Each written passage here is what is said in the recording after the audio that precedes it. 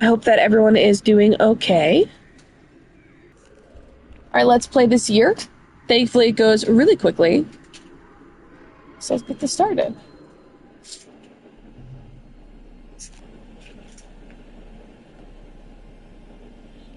We are starting to grow up as well. Look at how big we are.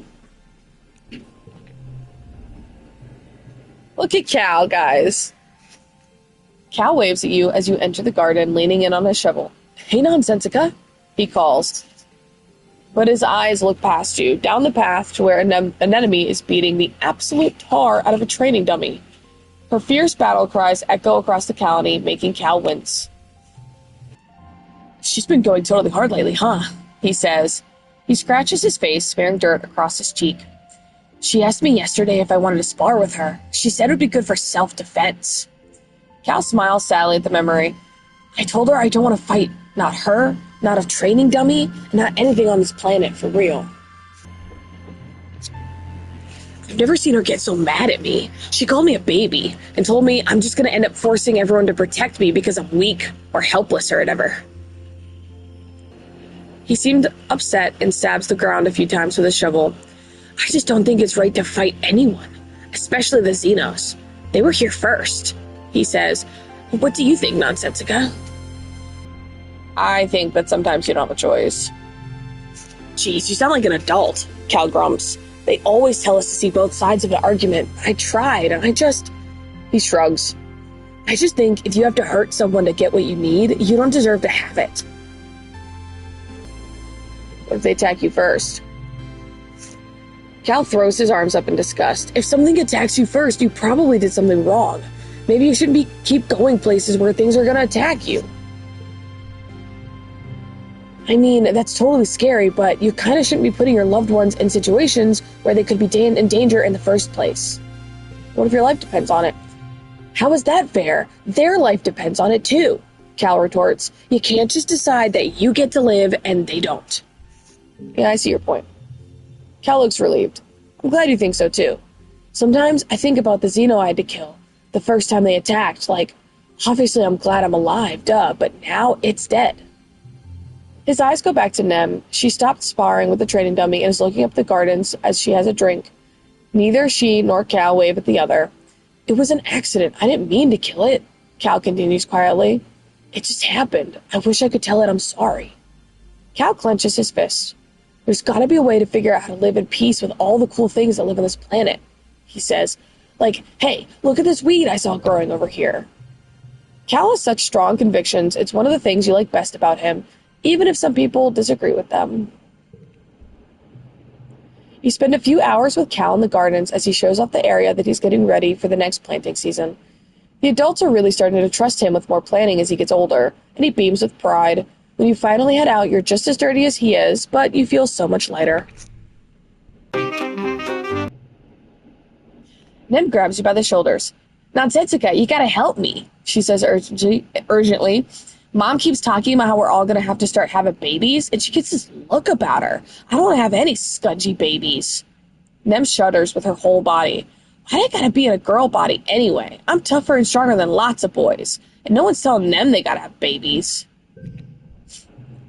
You used to be able to go mano a mano with Nem, but she's been training hard. You get your butt kicked all over the sports ball pitch. She leans over while you're lying on the floor, completely gassed. You okay? She laughs. I didn't go too hard, right? Everyone's growing up. Tangent looks up from her hollow palm, blinking as her eyes refocus on the middle distance, and then on you. Her previously long hair is gone, buzzed close to her scalp. You almost didn't recognize her when you first saw her. You wonder if it was caused by a lab accident or something. Hello, Nonsensica, she says, already cagey. Did you need something? Nope, I just came by to say hello. The faintest hint of relief passes across Tange's face. You get the impression that not pressing her on her personal appearance was a wise choice. Oh, well, hello then, Tange replies. She raises her hand as if to push her hair out of her face, but stops when she realizes what she's doing. I'm rather busy at the moment, actually, so if you don't mind, you can take a hint. Dis is rifling through his backpack. As you approach, he pulls out a handful of dried roots and fungus chips. There's actually a lot to eat out there, he says, looking out at the wilderness. You just have to pay attention and listen. Oh, hey, Nonsensica, Mars says, breezing past you. I'm sorry, I can't talk now. I'm on my way to work in command.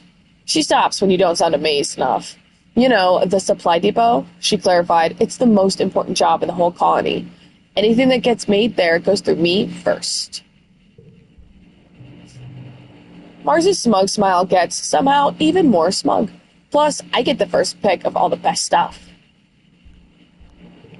Wow, Mars, that's amazing. You lay it on really thick. How Mars is just so cool. How everything she does is totally great, and how she's obviously the most important person in the colony. You're going to start a Mars fan club in her honor. She just laughs. Nice try, Nonsensica, but thanks for the compliments. Then she just leaves without even offering to help get you a job. Drat, sucking up to Mars didn't work? What's next? Having to actually ask for what you want? Ugh, maybe you could do it later. You visit Cal and Socks before your work shift one morning just to check up on them. As you expected, Cal has Socks out for her twice daily playtime. Hey, Nonsensica, he says, waving. Look what I taught Socks to do.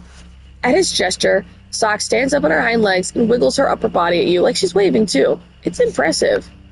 Who's a smart girl? You are. Next, Cal gestures in a circle and Sock curls up in a ball. Then he raises both hands in the air like a scary monster, and Sock rears up and chitters menacingly. Cal says, pew, pew, and Socks rolls over and sticks all of her feet in the air. You count at least 14 legs. What happens when she outgrows her box? Socks clambers up to Cal's arm, almost toppling him over with her weight, and curls up across his shoulders like a scarf. She looks seriously heavy. Well, people hardly use this barn anymore, Cal says, adjusting her weight. It's just storage. Maybe she can live in the rafters. You're pretty sure your mom comes in here often, as the head of geoponics, but you hold your tongue. Socks hasn't been discovered yet. Maybe she's really good at hiding. How do you find food for her? Cal looks distressed. It's really hard, he admits. She eats so much right now. Tons of leaves and grasses. And those rocks, of course. I think she swallowed them all together and chews it up in her guts. Like a float cow, her teeth look like they go all the way down her throat. I don't know if I can keep hiding how much food she eats, though, Cal says sadly. Does she get lonely? Cal says, looking down at the ground. I think so. She used to sleep all the time, but now she needs to run around and climb a lot more. I still come here every morning and evening to let her out, he says defensively, and she goes back into the box right away when I tell her. She's a good dilly pillar, I promise. She knows she's not supposed to go outside with me. He pets her snout. I think maybe she's just not a baby anymore, you know? See you later?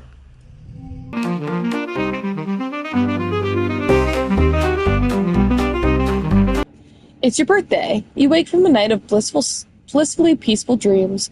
No nightmares, no premonitions, just a pleasant feeling of contentment. You stretch your arms over your head, blinking in the watery, quiet sunlight that seeps through the porthole window. Things are always changing on Vertumna, but you can't help but feel like things are changing for yourself, too. Not just your body, but your mind, your emotions, your future. 14's going to be your year. Your parents have been working around the clock since the last attack, trying to get the fields right again in time for this year's planting. Spark snow has already started falling, and every day they come home complaining about having to clear it. They asked you to ping them when you're awake so you could share a birthday breakfast in your quarters instead of sitting shoulder to shoulder with everyone else during breakfast service in the canteen. You fire them a message and lay back in your bunk, watching dust motes float lazily in the light. After a minute, there's a knock at the door.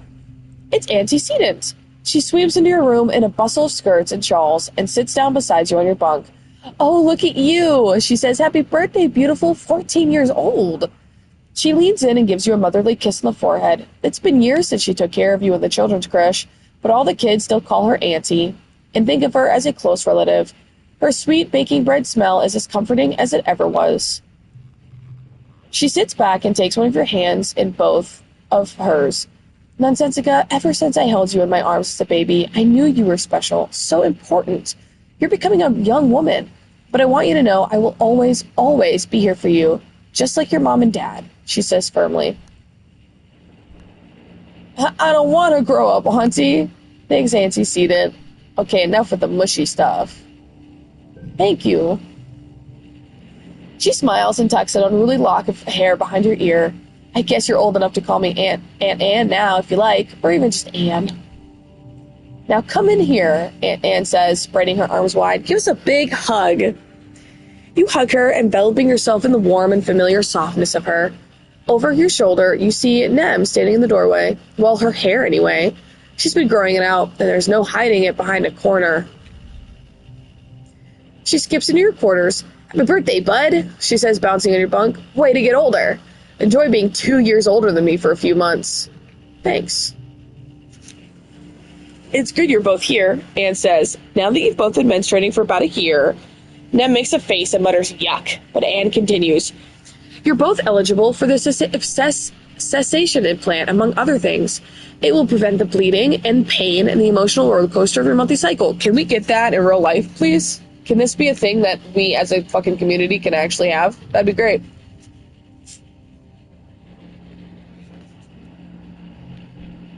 Mom, Nem hollers, gross. Do you have to tell everyone about my cycle? I just don't want to get pregnant, okay? Anne laughs. Well, yes, that is the among the other things parts, but I don't expect you two to be needing that part for a few years yet. Nem looks disgusted by the prospect, or maybe just by her mom talking about it. Eek, Crosaroni. What's the matter, scared? Maybe one day the two of us could. So, I'm choosing to go with Cal.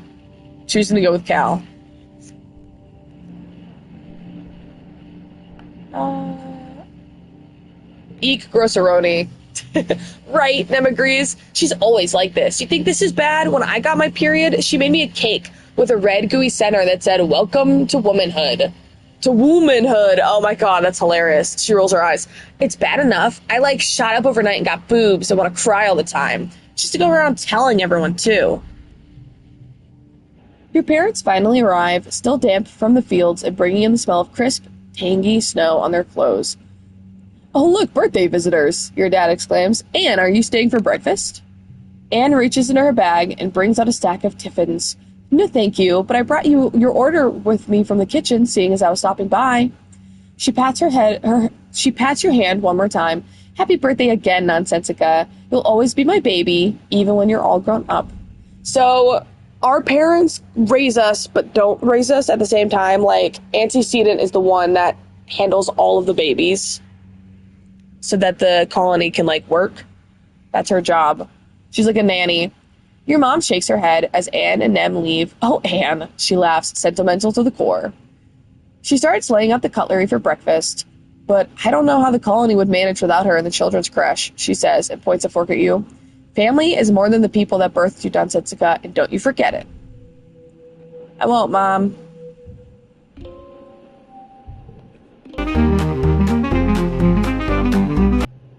You and Cal are working inside the geoponics domes today, preparing some tiny sprouts to move from the temperature-controlled greenhouse to the open field. This is the best chance these plants will have to get a hearty start on life before they're transplanted outside to the alien, acidic, Vertumna soil.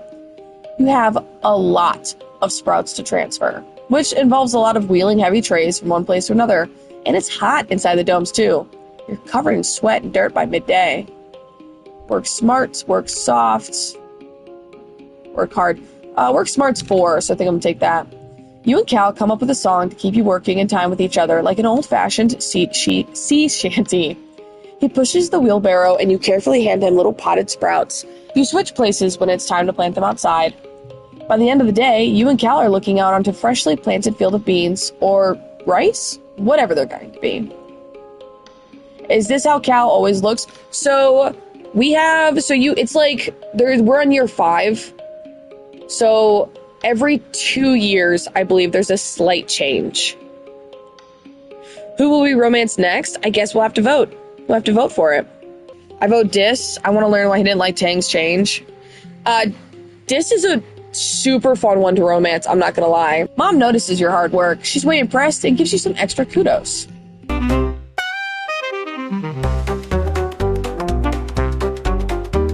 You see a notice on the engineering holoweb. Chief Engineer Instance needs anyone to help with after-school tutoring. Literally anyone who isn't a complete idiot will do because she's desperate. Please apply. I can apply. You tell Dr. Instance you're interested in the job. She looks up from her hollow palm like she just noticed you exist. Yes, you'll do, she says, nodding. The younger, slower kids have trouble keeping up with congruence sometimes. You mostly just have to pat them on the back now and then and stop them from wandering off when they're supposed to be studying. No offense, but anyone with a pulse could do it. You wait further instruction. Instant sighs, shooing you away dismissively. You know where the classrooms are, just come when you're not doing anything. Whatever nonsense teenagers do here. How did you know my name?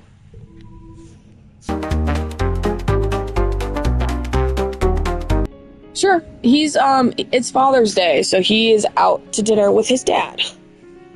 I would have gone, but I'm not doing so hot, and I'm still a little sick, so I chose to stay and spend it with you guys. Okay, I'm really curious. I want to see what tutoring gets me. Reasoning, empathy. Okay. We're back once again for another pollen, and I'm terrified that the dad's gonna die. You can hear your dad sneeze all the way from engineering. It's explosive, like he's trying to scare away predators. He's wiping his nose as you approach on a handkerchief, blotted with shimmering pink. Lately, he's also surrounded by a fine dusting of pink pollen that clings to him wherever he goes. You keep brushing the glitter off things at your quarters. He gives you a hug and then brushes pollen off your shoulders, laughing self-consciously. You haven't heard him laugh much lately. He's been working hard to improve the colony's food supply. He's showing signs of malnourishment too, though your mom is worse. You're worried for both of them. Your dad's skin is kind of shiny in patches. He sees you staring and rubs his hands over his arms. Sparkling dust poofs off of him in little clouds. Oh yeah, that's a new symptom, he says. Seems harmless though. I don't know what I did. I've played this game before and I don't know what I did. I've never had it get this far along with him. Well, they've already figured out what was wrong with the beans and now we don't have them anymore. I've never had it get this far. I don't know what the problem is. They've worked through it before. I've never had it get this bad for the dad. I don't know what I did wrong this go around. I really don't. You should be wearing your mask and hide this beautiful face. Your dad laughs, rubbing his nose. Especially now that it sparkles. Listen, Twilight, I don't want you to fucking die, okay? He makes a big show of checking his pockets. I guess I must have left my respirator back in the greenhouse. Why can't he just take care of himself? Your dad sniffles. Gosh, I feel like someone stuffed a whole potato pod up my nose, he says. Like I could just poke a stick up there and pop. Fresh potato juice. Dad, gross. He just grins. What? It's true. You follow his gaze out to the fields, into the lands outside the gates. I wonder if the foragers could use an extra hand. He muses to himself. Yeah, maybe I'll join them out there tomorrow. Can we just talk about how, for some reason, this fucking pink shit is trying to make him leave the colony? Did anyone else notice this? Like, every time we talk to Dad now, he's like, we should leave the colony. We should go outside. I want to be in the sea. I need to touch the sea. I need to go in the water. You follow his gaze, blah, blah, blah, blah. Neither of your parents are taking proper care of themselves. They're so stressed out from the poor harvest and low food supplies. They try not to let you see it, but you can tell. Maybe your dad is right. A little seasonal illness is nothing compared to the danger of running out of food.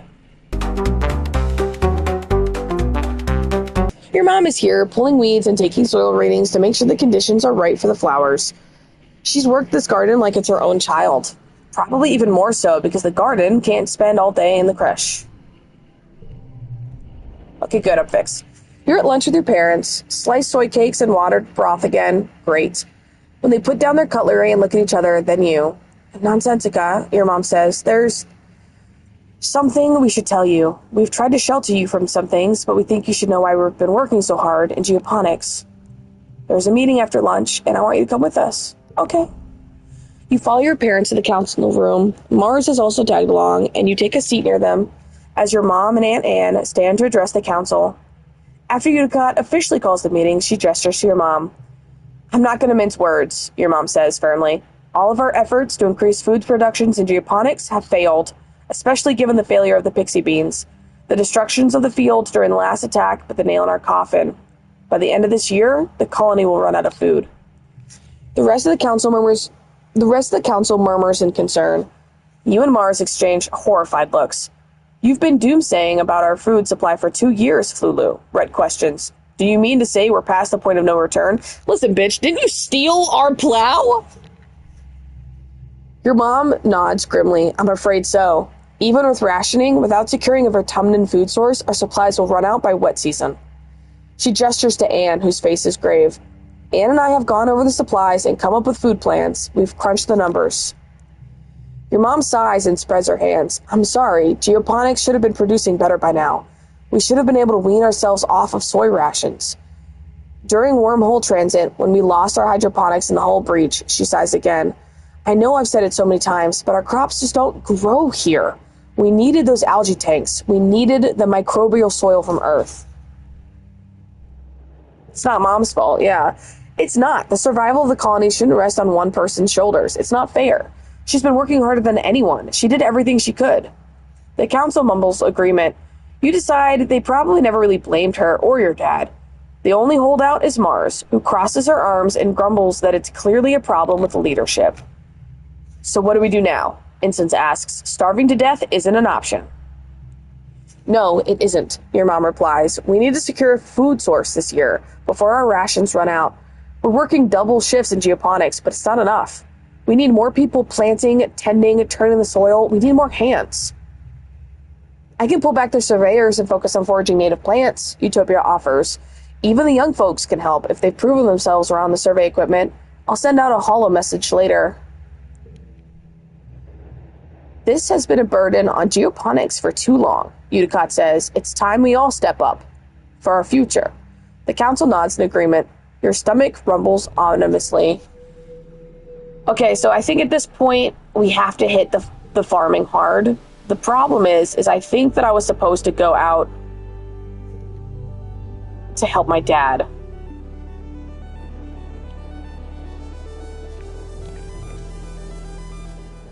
So I'm going to try and hit as many yellow markers as I can. And then I'm going to hit, if that doesn't work, I'm going to hit farming hard. You're crossing a clearing when you hear a terrible cracking, pounding sound. A bush bub bursts through the tree line, barreling straight towards you. Whatever is making a bush bub run, you're pretty sure you don't want to be on that business end of it. I want to stand my ground. Bravery challenge.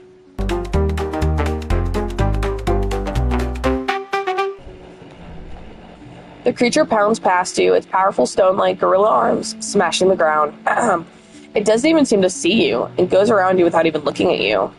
You look around, but there's no sign of whatever motivated it to run so fast. At least that's something to be grateful about.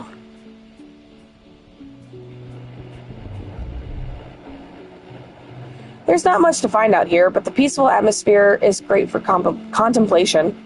You find a particularly beautiful little plateau where you can see the plains spread out before you like a picnic blanket. Round lakes dotting this land were glimmering mirrors of sky. Dis is scouting further ahead. He was eager to find some adventure. There's no adventure where Dis is either. This is some peaceful territory right here. Boring. You stop to admire the light glinting off the water of a shallow circular lake when you notice some strange rocks near your feet. They're pink and red, bobbing in the shallow water at the shore. The rocks are flashing gold and yellow. This one, then that one, then a pause, then that one, then the first one again. You thought it was reflecting sunlight at first, but no, the rocks themselves are glowing. You play a memory game with them, touching the stones in the pattern they give you. You feel emotion coming from the rocks. Affection, interest, gratefulness. Somehow you understand. They like the contact. Are they creatures or rocks? Sometimes the line between the two can be blurry on Vertumna. They can't move, but learn about the world from creatures who pass by and touch them, like the way animals rub to leave their scent. These rocks entice animals to play with them and leave information about the world. You get the sense they're excited for your new scent. To what end, you don't know. One of your jobs as a surveyor is to document the flora and fauna through photographs. You see a skittish flock of really long insects. Each one has 10 to 20 sets of wings, like long rods with knobbly bits at the regular points. They're moving so fast, they're almost a blur. You've got a camera built into your holopalm, but it's not equipped to capture difficult shots like this. You'll need to put in the work. Gotta put the 6-7 next to each other, right? You climb up a tree and get an angle from above, not disturbing your subject. Comes out great. Very avant-garde. Utopia is glad for the shot. Again, I think we should be, like, our thing with Dad is here somewhere, I think. Hey, Nonsensica. Dis greets you cautiously as you pass in the narrow path. Hey, do you want to, like, do you want me to show you something? Dis almost never makes overtures of friendship. Whatever it is, it must be pretty cool. Yes, you always find the coolest stuff. You follow him for nearly half an hour. A couple times he stops to listen for something, then continues onward, tromping through the fields of broad-topped mush trees and swaying antler ferns. After a while, you start to wonder if he's just lost. You're about to say something about it when he holds up his hand for silence and directs you to crawl under a huge mushroom.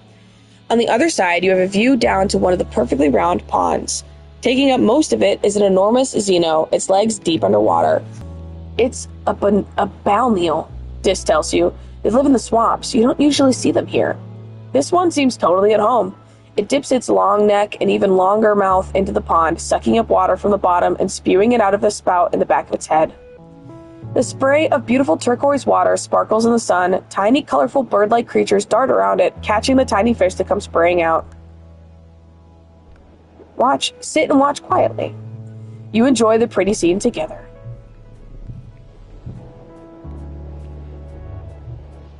It also, like, depends on how, like, when it comes to who you want to date, it all kind of depends on how you feel as well. Like, Cal is not wanting to fight, and Dis is super on the planet side. The terrain here is strange, some kind of smooth rock covered in lichen and tiny plants. It's weirdly warm, and the spark snow smells when it hits it. Cautiously move it.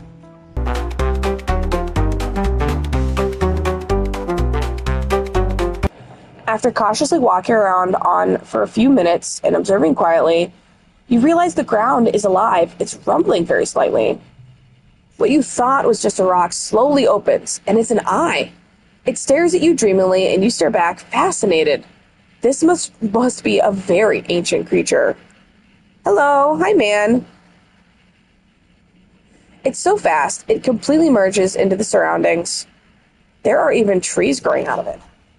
A little animal like a moth with huge webbed feet lands between you and the massive eye and starts preening. The eye dilates to focus on the moth, then it slowly closes again in what you think might be contentment. After a minute, you feel a faint rumble underneath your feet, regular breathing in and out, snoring. You creep off the creature, careful not to wake it again.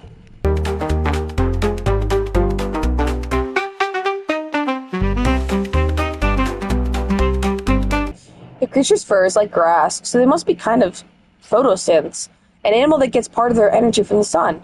They couldn't be arborescent photosynths. Bushboobs, because they got branches growing out of their heads and backs. You check your survey journal. It says bushboobs are common here, but they're smaller, solitary creatures, so nope.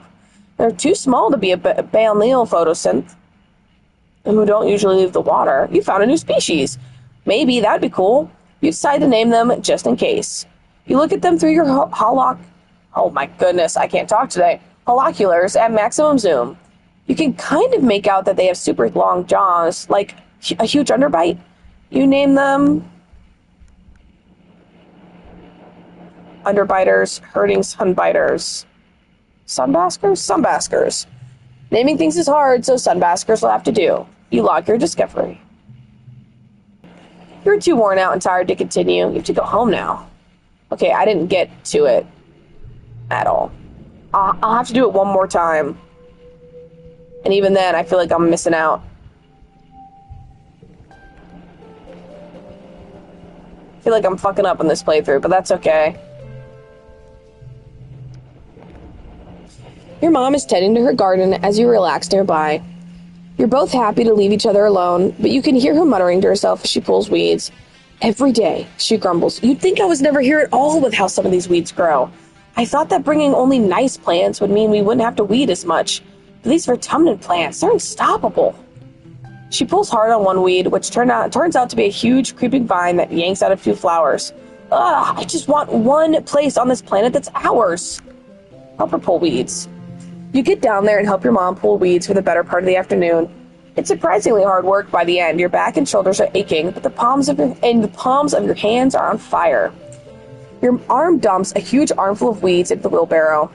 These go all the way to the edge of the colony, she says wearily. Whatever plants these roots belong to, they're invading my garden. She turns towards the wall and yells, "You stupid pink bastard! Stay out there where you belong!" That's why we do many, I know. Yes, I could forget you.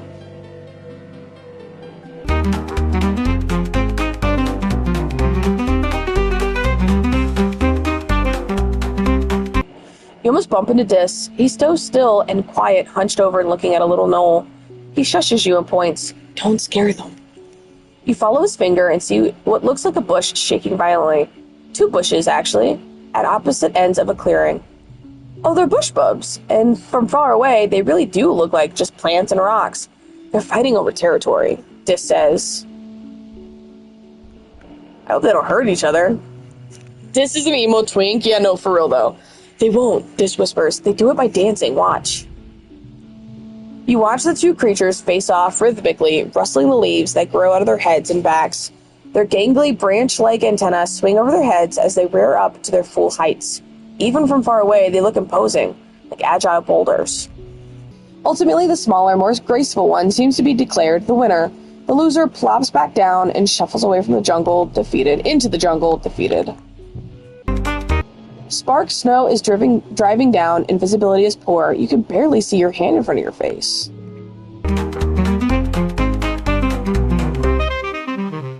You keep putting one foot in front of the other, relying on wayfaring and a fair bit of luck to make your way through.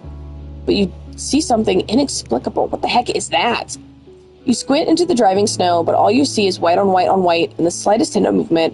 It doesn't even look corporeal, almost like a cloud, like the snow is coming from it. It's impossible to get a closer look.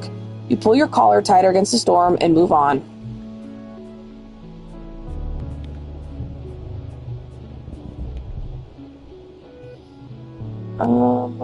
At the edge of one of the circular ponds, something sparkling catches your eye. Well, everything around here sparkles, but this thing really catches your eye. The water in the little lake is deep and milky, though. You can't see the bottom. It's completely still, almost too still, and so perfectly circular. You remember about being warned about getting too close to these pools. Bravery challenge.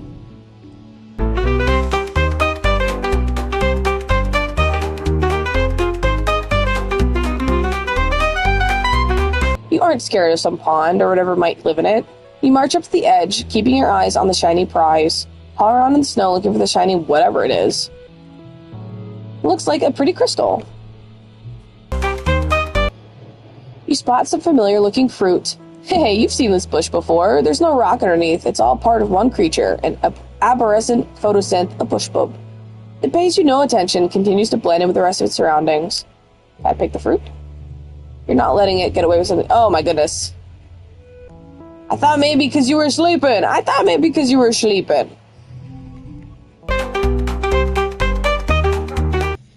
You hear Dis shouting from nearby to come quick and look at this. You meet up with Dis on a curiously clean part of the path. There's no twigs, pebbles, bits of grass, or the ubiquitous Dorb's moth scales that litter this area. It almost looks like it's been swept clean. And there, in the middle of a perfect circle 3 meters wide, is what you could only be described as a shrine. A hollow waist-height structure made from twigs and packed spark snow forms the centerpiece, and around it are deliberately spaced piles of colorful fruit, flowers, and glittering stones like an offering.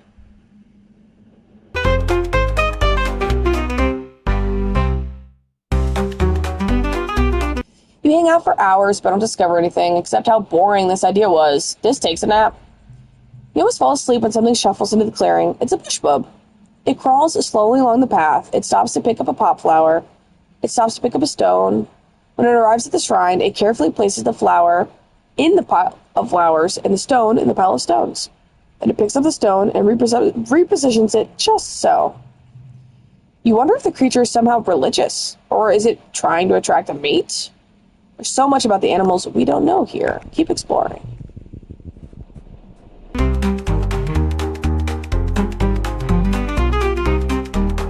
It's a cloudy day. You hear the crash of thunder from somewhere nearby. Loud. Sounds like it's getting closer. Suddenly, a massive, impossibly tall something punctures the low clouds and slams into the ground ahead of you. It's as tall as a skyscraper and a meter wide, covered with chitinous bone like an insect. You think it might be a leg? Another crashes down, then another. The creature's body must be up in the clouds, so high you can't see anything but legs. The first leg lifts again and moves towards you. You're in shock. Your body simultaneously screams at you to stand still and to run. What do I need for this? Perception? I don't have that. I don't have perception 50. You stand still. You freeze up in terror, closing your eyes and standing perfectly still. Maybe it'll just pass by. You can sense a shadow descending from above you. Suddenly, something hits you from the left and you're flung sideways off your feet. A moment later, one of its massive legs slams down right where you've been. Another second, you would have been flat as the grass underneath it. You look up to see what hit you, but it's already gone, having saved your life. The water in this pond is slightly greener color than what you're used to seeing. It smells sweet, but kind of acidic too. That's odd. Identify it, please. You collect a sample to analyze it, then hide yourself under some large mushrooms to watch the local fauna come and go. The smaller creatures sniff the water, but leave without drinking. Then a massive Benil photosynth lumbers over, lifts a leg, and... oh. The pond must be where Benil photosynths mark their territory. You check your analysis results to confirm, yes, it's literally brimming with Benil piss. Good thing you didn't try and drink it, ew. Alright, well, I walked all over there and I didn't see anything to help with my dad, so it's time for Vertumna, the yearly midsummer celebration where the colony gives thanks to its good fortune. Well, it would be, but as you file into the main square, you can't help but notice that the feast table's nearly empty. What Anne lacked in resources, she made up with care. The dishes are lovingly plated, soy cakes glisten, steam rises from the bun stuffed with mince, and there are great pitchers of vegetable broth rendered out from even the most inedible food scraps. There's a neat stack of sugar cubes for dessert. Whole sugar, what a luxury. In an underwhelming feast, that'll be the highlight. Governor Eudicott's welcoming speech this year is short. Her frail body trembles as she welcomes you all to Vertumna with a dry, whispery voice, then has to be helped off stage. Like all of you, she is definitely feeling the effects of the famine.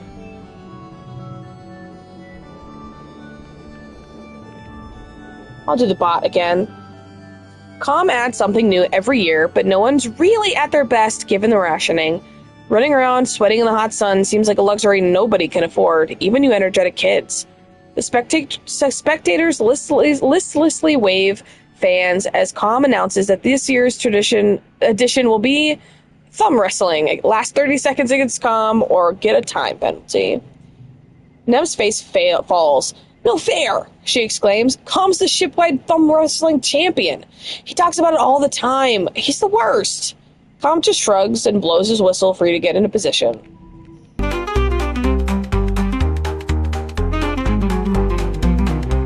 You don't beat Com at the thumb wrestle. Nobody can. He's the best. But you do manage to hold on through 10 seconds of maneuvering and fake-outs and double fake-outs. The man is a master. In fact, the things you learn from Com in those 30 seconds can be applied to the bot. You have to wrestle at the end of the contest. You wonder how you never noticed before how much of bot wrestling is finesse, not just brawn.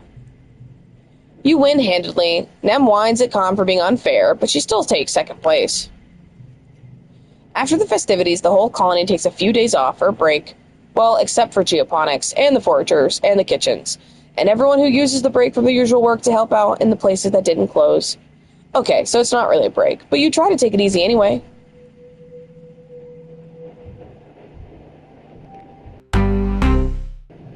Someone broke into the gardens last night and stole some green tomatoes.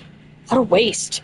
Not only were they probably too bitter to eat, but now you don't have the seeds to replant. Your mom is furious. Your mom calls everyone for an all-hands meeting. She looks grim as she surveys the group. All right, farmers, listen up. Based on my projections, geoponics should have been producing 70% of the colony's food by the end of our 3rd year. She says, the rest was to be provided by stored rations and hydroponic algae greenhouses aboard the stratospheric. The agriculturists all nod. Everyone knows where this is going. Because we lost so much of our equipment in the wormhole incident, as well as 90% of our soil and bacteria cultures, we're nowhere near the production we need to be at. We also had hoped to have domesticated at least one native crop, but as we found from the pixie bees last year, we have some more work to do on that front. She looks every one of you in the eyes. You're my people, my family. I'm not going to sugarcoat this for you. The colony is going to fail if we don't get a handle on agricultural production. People will die.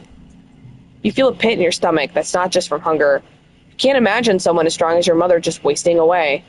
Your mother pulls up a holoscreen outlining work plans for the season. You feel your own hollow palm pulse as you receive a copy. There's so much life here on this planet, your mother says, but it seems to fight us at every turn. I've sent soil chemistry analysis to your palms, courtesy of Duranium. The soil needs to be conditioned extensively to support Earth crops.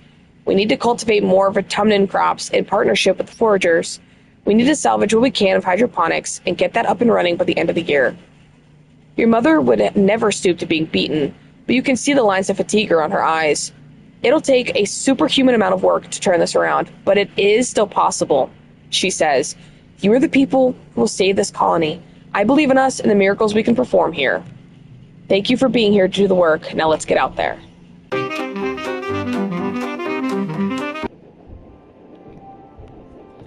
I can give you some... no, I don't have that. Interesting. Cal is listlessly kicking a sports ball around. This is kid stuff, he says, eventually just kicking it into the garden. Sports is just like war games for kids, you know? Winners or losers and thinking like your team is the best and everyone else sucks. He shrugs. I just like doing important stuff now is all. Want to hear a nature fact? You tell him about the time Tange thought a skunk bug brought a skunk bug for show and tell in biology and got scared, and it made the worst, most smelliest, grossest stink you had ever smelled, and everyone thought Tang had farted. Then Professor Hal had to clear out the whole room, and it took weeks to get the smell out of the bean bags, and it was so gross. But also kind of neat how much a tiny bug could make a whole room of kids run away. Cal laughs. I remember that nonsensica, except the way I heard it, it wasn't Tang, it was you.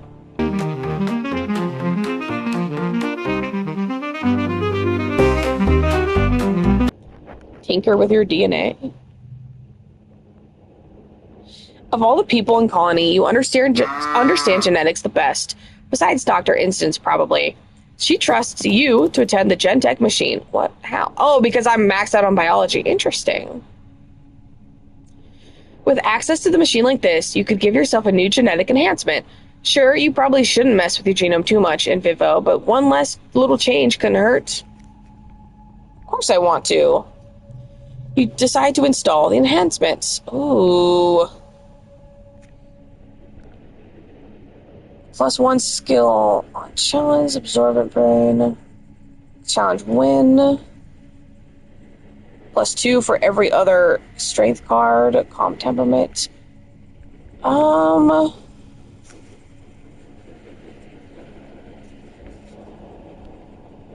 Super strength. Fuck it.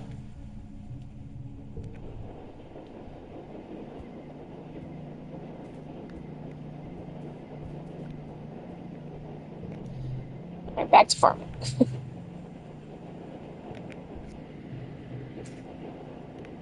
Your back hurts, your knees hurt, your hands hurt. Every part of you feels blistered and raw, and every day you have less and less to show for it. Sometimes you daydream about the earth crops you haven't had in years. Strawberries, mangoes, kiwi, cauliflower, lettuce. Your mom says they still have all of them in the seed bank. They're just too delicate to try planting in the fickle Vertumnan soil.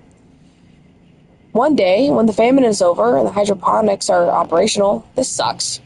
Your dad is a total nerd when it comes to crunching statistics about the colony's food production. Through him, you learn that the average person eats approximately 200 kilograms of dry rations every year. That works out to about 2,000 calories a day. There are about 100 colonists to feed at 2,000 calories a day, so in a year, you need to produce about, oh well, no matter how many times you think it over, the math is grim. Even with all your hard work, geoponics is producing far less than the colony needs to survive. It all feels so hopeless. Knowing that all of your hard work still hasn't been enough, well, it breaks something in you. Hunger and desperation boil together in your stomach as you work like bitter acid. You're working so hard and you're still starving. You deserve to eat. You need to eat. If you don't eat, you're not going to be able to work as hard as you need to. So when it's just you and a wheelbarrow of anemic-looking carrots, what do? Not stealing. I'm not stealing. Don't steal it. I'm a good girl. It takes an extraordinary amount of willpower, but you get all the carrots weighed and delivered to the kitchens. This food is for everyone. It's not a lot of food for 100 people, but at least you all starve together.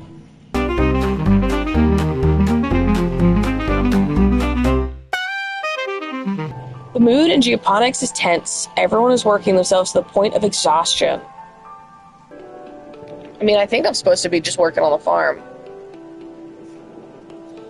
You're so happy when you see new green shoots poking out from the ground. It makes it that much worse when you return the next day and find them withered and dry. What is wrong with this planet? That's it. You can't work anymore. You lie down in the middle of the barren field and stare up at the sky. In Earth holovids, you'd expect to see vultures circling overhead, but it's just the twin suns of Vertumna beating down on you mercilessly. After a few minutes of sulking, you get back to work. This sucks. You hear an uproar from the other side of the fields and run over, worried there's been an accident. Unbelievably, people are cheering. Your mom proudly holds a potato plant over her head in one hand, her biceps straining under the weight of the tubers in the clumpy brown soil. You count 3, 5, 7. 7 perfect mature potatoes on just this one plant. Stretching all around you in the field, the leafy green tops of other plants wave in the breeze.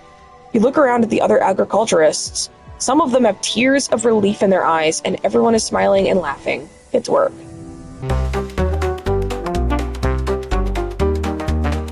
You overhear Chief Steward Anne begging your mom to give her extra rations for the children in the creche. It's hard to hear your mom turn her away, but what choice does she have? As head of the kitchens, Chief Steward Anne stops by often to get a sense of how thin she has to stretch the meals this week.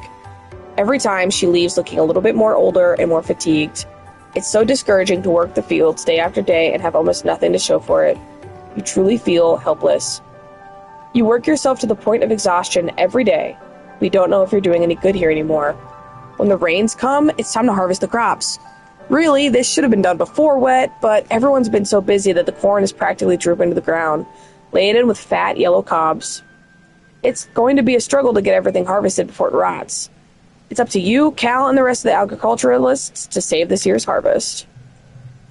Your mom claps you and Cal on the back. Come on, kid, she says. A little hard work won't hurt ya. Why don't you make a game out of it and see which one of you can harvest the most ears of corn? Cal almost never likes a competition, but he begrudgingly admits that you both could probably work faster if you pretended to compete.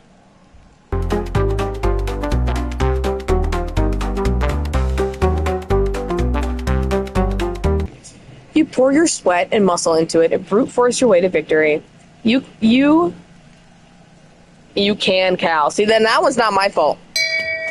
Shame. Shame. That one is a typo in the game itself. You and Cal are both exhausted and happy with your hard work in the end, so it doesn't really matter who won. The colony has enough food, and that's what matters. But you're secretly a little extra proud of yourself. Your mom is proud, too. She slips you some extra kudos for all of your efforts.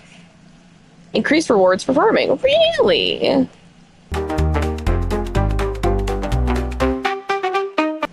It's been 3 seasons of heavy food rationing, getting more and more strict as the year dragged on and the fields continued to struggle. You've been wasting away. You all have. It's not just a lack of calories. There's just not enough vitamins and good stuff in the food you are eating. Your muscles ache all the time. Sometimes you feel strangely euphoric, filled with inexplicable energy.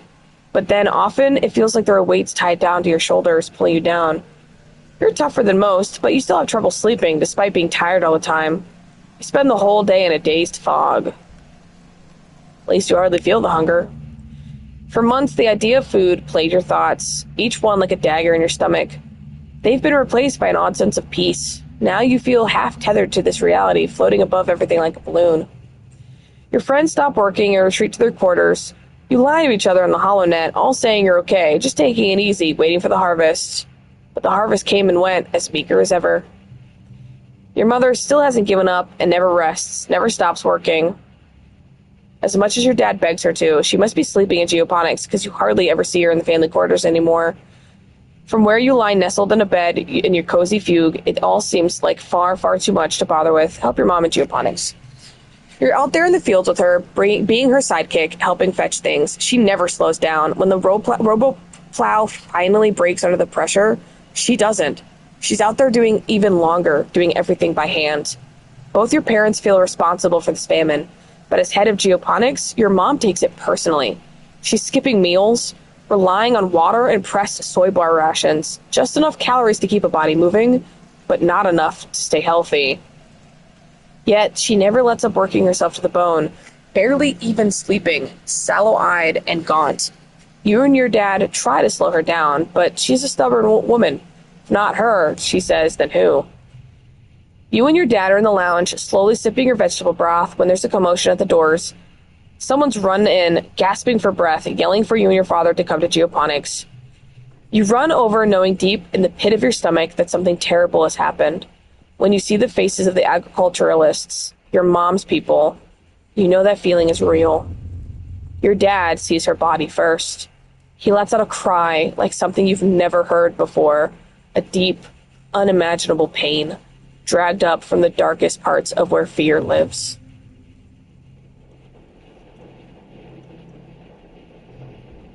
Your dad falls to his knees beside the frail body of your mother. He pulls her into his arms and sobs, wretched and agonized. You don't even know what to think. Your mom always seemed larger than her body, but seeing her now, there's nothing there, just a fragile shell. They tell you that she didn't even cry out. She just went to her knees, laid down in the dirt, and that was it. She's gone. Your mother's body is taken to the incinerator room, and that night the colony gathers to pay their respects. Do you join them? Yeah, of course I join them. Like Tammy's funeral, the incinerator room has been cleared and a wreath of flowers placed over the mouth of the organics recycler. They're white astrantia, your mother's favorite flower, carefully carried from Earth with the hopes of it flourishing on Vertumna, just like you. Some of this, like the first playthrough, I want you guys to know the first playthrough, it's almost going, like, bad things happen on the first playthrough. This is a time loop. So maybe we can save her on the next playthrough, but this 9 times out of 10 is what's going to happen. You stand with your father and Aunt Anne. Udicott and the rest of the council are here as well, including Rhett. You're surprised to see tears rolling down his face. He's such a hard ass in the garrison. Cal is here with all the other agriculturalists. The rest of the colony awaits in the canteen to offer their condolences after the service. Governor Udicott gives a eulogy. As a colony, we share our blessings, she begins solemnly. However, today, in sad company, we gather to share the burdens of our grief. Fluorescent was born on Earth, but she more than many of us exemplified the spirit of our endeavor to bring life to beyond the stars. She bore life, not only in her body, but bringing it forth from the ground she so faithfully attended. The debt we owe to her is the kind that can never be repaid, she continues. It is with a deep and unbearable grief that we must continue on without her, in awe and respect for her sacrifice, the depth of which was never expected of her, but which she did not expect of anyone else. It is on her strong shoulders that she carries us still. Udicott closes the door to the recycler, and their particle disintegrator begins to reclaim the molecules that once formed your mother. Your father squeezes your shoulder, making a small, choked-off noise of pain. As a community, we remember Fluorescent. As a community, we return her body to the soil that nourishes us. In this way, her sacrifice is recognized in the manifest body of the colony. The ceremony is adjourned to the canteen, where a somber wake is held in your mother's memory. There isn't enough food to dull the emotions, and your empty stomach only reminds you of her unfinished work. Your father is the new head of geoponics. In a few hours, he receives your mother's remains so that he can add them to the colony's precious supply of brown soil from Earth. You touch the cool lid of the container, marveling that your mother could fit in such a small box. That's such an accurate thought, though.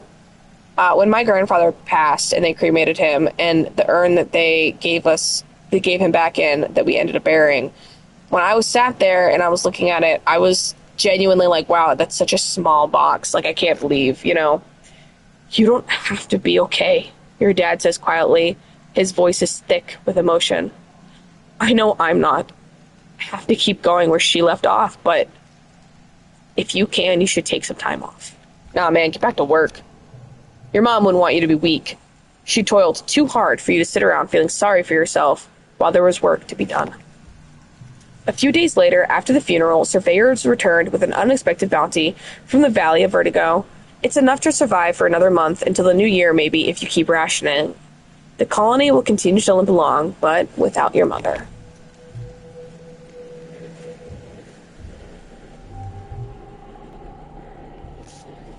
We are finally at Glow. How are y'all feeling? Do we need to take a second? I know, we're all so sad. Poor mom. It'll be easier to save her. I wonder if I'm supposed to be doing the... not just working the farm. I thought because she was like, you know, we need to be working the farm, but maybe it's supposed to be working the farm and then foraging, or working the farm and then doing the working with our dad. The roar wakes you. It would wake the dead. It shakes the walls, rumbles through the ship's hull, and makes your heart skip a beat. You're paralyzed by a sudden clench of fear in your gut. Through your porthole window, you hear metal screeching and people shouting. Then another roar, guttural and rumbling with the sound of a mountain collapsing. Something enormous is out there. Let's go face it. Holy shit, you guys. You guys look at this? It has no face. In place of a face, or even a head, its body just unzips, revealing a mess of wriggling pink tentacles and blinking eyes, pocketed with jagged and asymmetrical teeth. It stands on 4 enormously powerful legs, each as wide across as tree trunks. Clinging to its back and its thick, slug-like tail are clumps of lichen that glow faintly in the night. The creature is nearly twice the height of a greenhouse. It's standing on top of a flattened one, the wreckage of lattice and plants all around. Flickers of light from plas rifles and stun gloves light it up from underneath, and the stench of ozone is thick in the air. You see Nem and her brother Com darting in around its legs with their twin shocks of red hair. Faceless creature lurches into another greenhouse, oblivious to the soldiers trying to herd it away. The monster left a trail of destruction from where it smashed right through the walls. Smaller creatures are pouring into the gap and heading straight to command. You watch helplessly as the hordes of animals storm command, sneaking through torn away panels and smashing through windows. It's too far away to hear the screams, but Governor Udicott is inside. You have to do something. The smaller creatures are making a beeline for command, slipping into the heart of the colony while the defense squad is distracted. The line of slinking, many-legged beasts pass by much easier targets, moving with eerie, almost tactical purposes. Whatever's happening, you have to stop them.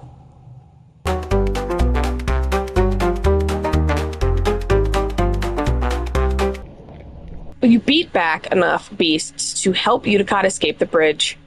As you shelter under a meeting room table, you hear horrible noises from the rest of the ship.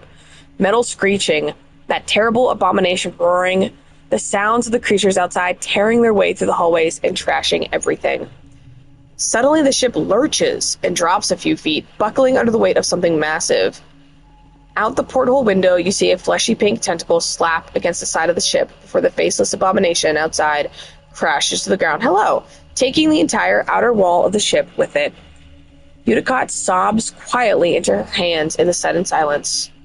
You wait a long time until congruence gives you the all-clear. The council calls an all-colony meeting to face the aftermath of the attack. In the oppressive gloom of the glow, you gather near engineering with the other survivors. It's one of the few buildings still standing. The corpse of the Faceless still sits in the caved-in wreckage of the stratospheric, spilling its flaccid pink tentacles from its horrible zipper-toothed maw. It's already beginning to stink. At least the governor survived. Governor Udicott takes the stage and thanks you personally for rescuing her during the attack. Because of your bravery, the colony still has its leader. This'll be an important tool for later. She also acknowledges the bravery of the defense squad, citing their heroism in finally taking down the Faceless. If only it hadn't gotten away from them and stampeded right into the stratospheric. At least they stopped it before it got into engineering, as it would have activated the reactor and left a crater the size of an asteroid impact. Geoponics is gone, the greenhouse destroyed and fields trampled. After a year of suffering, starving, and only barely scraping by, you're not just back where you started, it's even worse. Everything your mom sacrificed herself for is gone in one night. The entire front half of the stratospheric has been destroyed. The living quarters, the canteen, the garrison, the lounge, even the creche. It's all gone. It's only by some stroke of luck that the people hiding in the creche weren't all killed. Governor Uticott solemnly reads the names of those who lost their lives. Too many. You all stand for a moment of silence.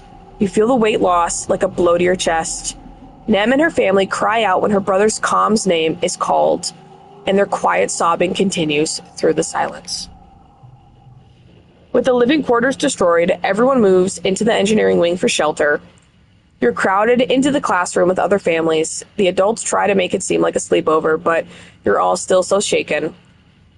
Nem cries about her brother and screams at anyone who tries to comfort her. Eventually, you just ignore her grief, as painful as it is to hear her sobbing at night.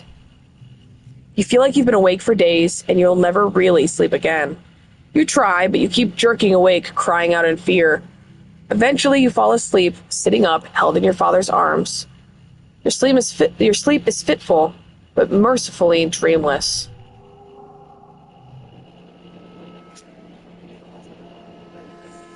Well, that was a horrible, sad year for I Was a Teenage Exocolonist. Thank you guys so much for being here. Look at the wreckage. Oh my gosh. We will be continuing year 6 of I Was a Teenage Exocolonist. I mean, the whole place is destroyed. Depressy Wessy, yeah. Yeah, everything is absolutely destroyed. Everything is absolutely shattered.